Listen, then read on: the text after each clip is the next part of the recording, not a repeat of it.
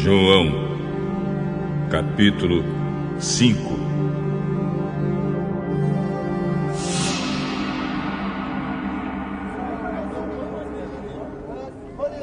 Depois disso, houve uma festa dos judeus, e Jesus foi até Jerusalém.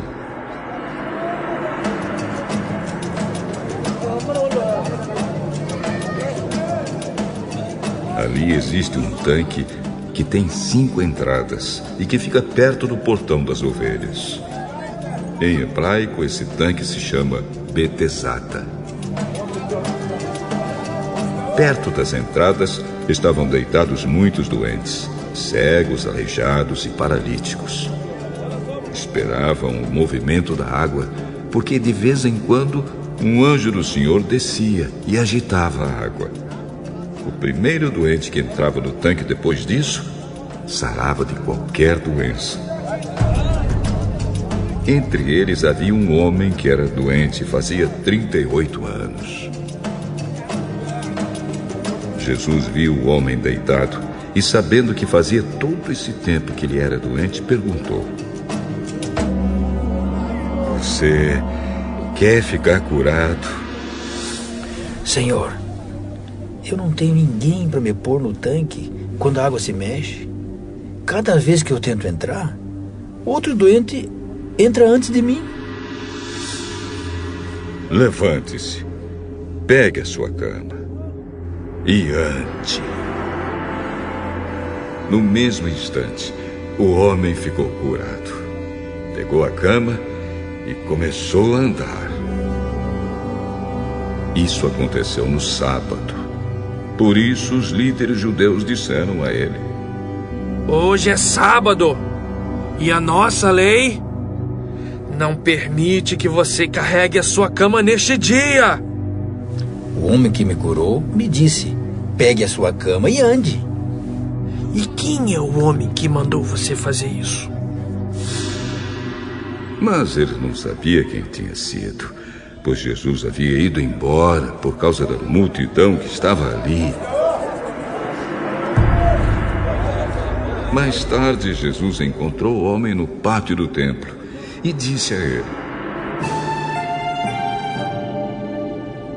"Escute, você agora está curado.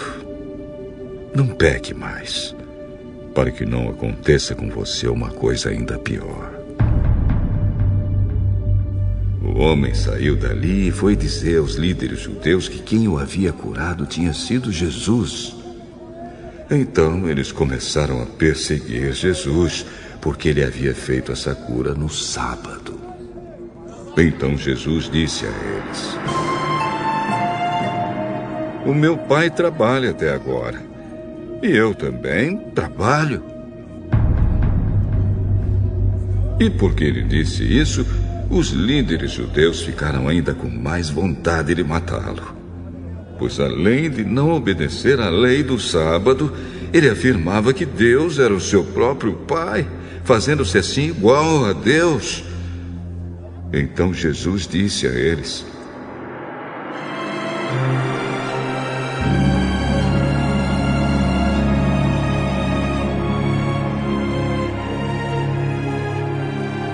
"Eu afirmo a vocês que isto é verdade. O filho não pode fazer nada por sua própria conta, pois ele só faz o que vê o pai fazer. Tudo que o pai faz, o filho faz também, pois o pai ama o filho. Ele mostra tudo o que está fazendo e vai mostrar a ele coisas ainda maiores do que essas. E vocês vão ficar admirados. Porque, assim como o Pai ressuscita os mortos e dá vida a eles, assim também o Filho dá vida aos que Ele quer. O Pai não julga ninguém, mas deu ao Filho todo o poder para julgar, a fim de que todos respeitem o Filho, assim como respeitam o Pai. Quem não respeita o Filho também não respeita o Pai que o enviou. Eu afirmo a vocês que isto é verdade. Quem ouve as minhas palavras e crê naquele que me enviou, tem a vida eterna e não será julgado, mas já passou da morte para a vida. Eu afirmo a vocês que isto é verdade. Vem a hora, e ela já chegou, em que os mortos vão ouvir a voz do Filho de Deus, e todos aqueles que ouvirem a voz viverão. Assim como o Pai é a fonte da vida, assim também fez o Filho ser a fonte da vida. E ele deu ao Filho autoridade para julgar, pois ele é o Filho do homem.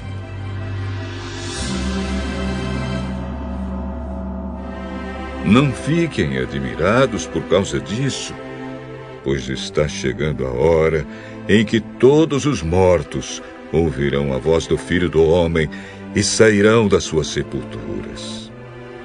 Aqueles que fizeram o bem vão ressuscitar e viver, e aqueles que fizeram o mal vão ressuscitar e ser condenados. Eu não posso fazer nada por minha própria conta, mas julgo de acordo com o que o Pai me diz. O meu julgamento é justo, porque não procuro fazer a minha própria vontade, mas a vontade daquele que me enviou. Se eu dou testemunho a favor de mim mesmo, então o que digo não tem valor. Mas existe outro que testemunha a meu favor, e eu sei que o que ele diz a respeito de mim é verdade. Vocês mandaram fazer perguntas a João, e o testemunho que ele deu é verdadeiro. Eu não preciso que ninguém dê testemunho a meu favor, mas digo essas coisas para que vocês sejam salvos. João era como uma lamparina que estava acesa e brilhava, e por algum tempo vocês se alegraram com a luz dele. Mas eu tenho um testemunho a meu favor ainda mais forte do que aquele que João deu. São as coisas que eu faço, as quais o meu Pai me mandou fazer. Elas dão testemunho a favor de mim e provam que o Pai me enviou.